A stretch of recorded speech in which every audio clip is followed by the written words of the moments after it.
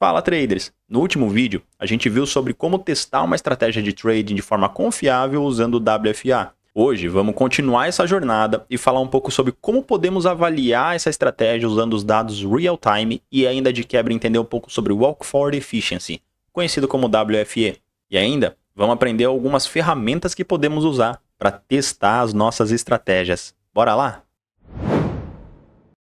No WFA, depois que uma estratégia passa pelos testes de out of sample, ou seja, ela sai vitoriosa no out of sample, nós precisamos avaliar essa estratégia no real time, no mercado ao vivo, correto? Isso significa que depois de testá-la incessantemente, nós precisamos ver se no mercado atual ela ainda continua relevante. Se uma estratégia foi testada no in sample e passa com louvor, testada no out of sample, passa muito bem e vem para os dados real time e fracassa, isso pode indicar que o mercado mudou e esse padrão não é mais tão relevante como foi.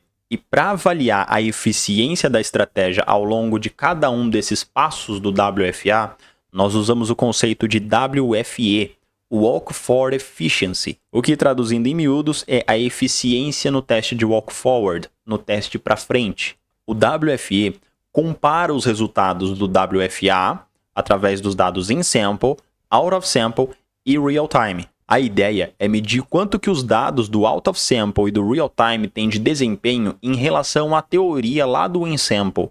E quanto menor essa diferença, maior é a eficiência da nossa estratégia. Maior é o nosso Walk Forward Efficiency. Agora, se a gente tem um Walk Forward Efficiency, uma eficiência muito baixa, isso significa que nossa estratégia tem dados muito discrepantes entre teoria do in sample com os dados de prática do out of sample e real time.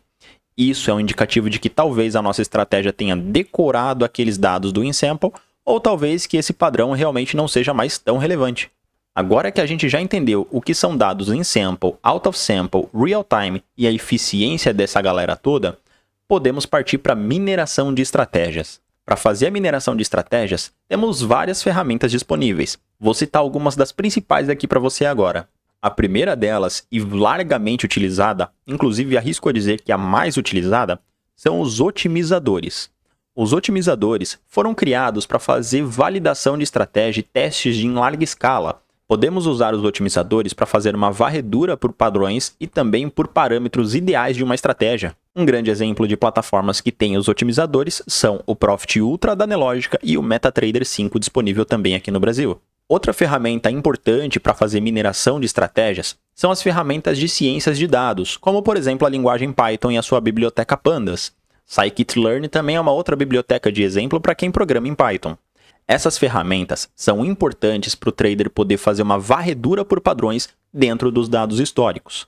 E vindo como uma extensão dessas bibliotecas e do poder da programação Python, temos as inteligências artificiais, que conseguem varrer um histórico completo e encontrar diversos padrões que estão até muitas vezes implícitos aos olhos humanos. Agora vamos supor que a gente está criando a nossa estratégia. Nós estamos minerando uma estratégia em um ativo. Se nós temos 60 meses de histórico, acho bem conveniente a gente dividir esse histórico em 3 períodos, de 20 meses cada um.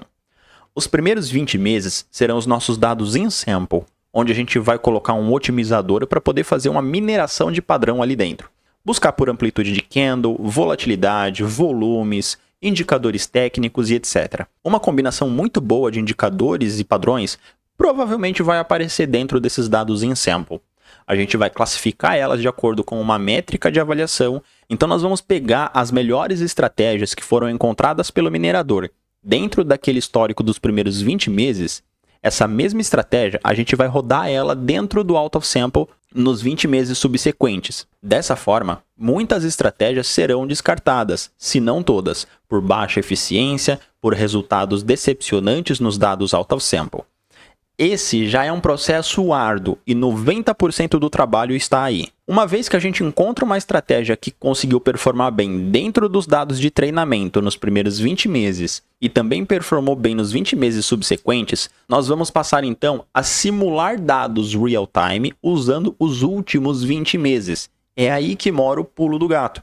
Ao invés da gente esperar por um mercado ao vivo passar durante 20 meses para a gente poder ter uma noção se essa estratégia é sustentável ou não, nós podemos pegar aquela última fatia de histórico e simular como dados real-time.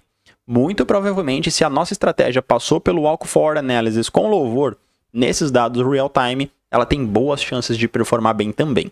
E cada vez que a gente vai transportar uma estratégia de uma etapa para outra, entre in-sample, out-of-sample e real-time, nós conseguimos, através dos resultados, medir a eficiência. Ou seja, quanto essa estratégia performou no in-sample? R$1.000. Quanto ela performou nos dados out-of-sample? R$1.000. Então ela teve uma performance de 100%. Se essa estratégia performou no out-of-sample apenas R$500, ela teve uma eficiência de 50%. Ou seja, no in-sample estava previsto R$1.000 de resultado, no out-of-sample ela só entregou 500. Isso é um pouco sobre o Walk Forward Efficiency aliado com mineração de estratégias e algumas ferramentas de mineração. Espero que você tenha gostado do conteúdo. Se você gostou, não se esquece de deixar o seu like aqui no vídeo, se inscrever no canal e acompanhar nossa playlist completa sobre teste de robustez. Beleza? No próximo vídeo eu vejo você lá. Até mais!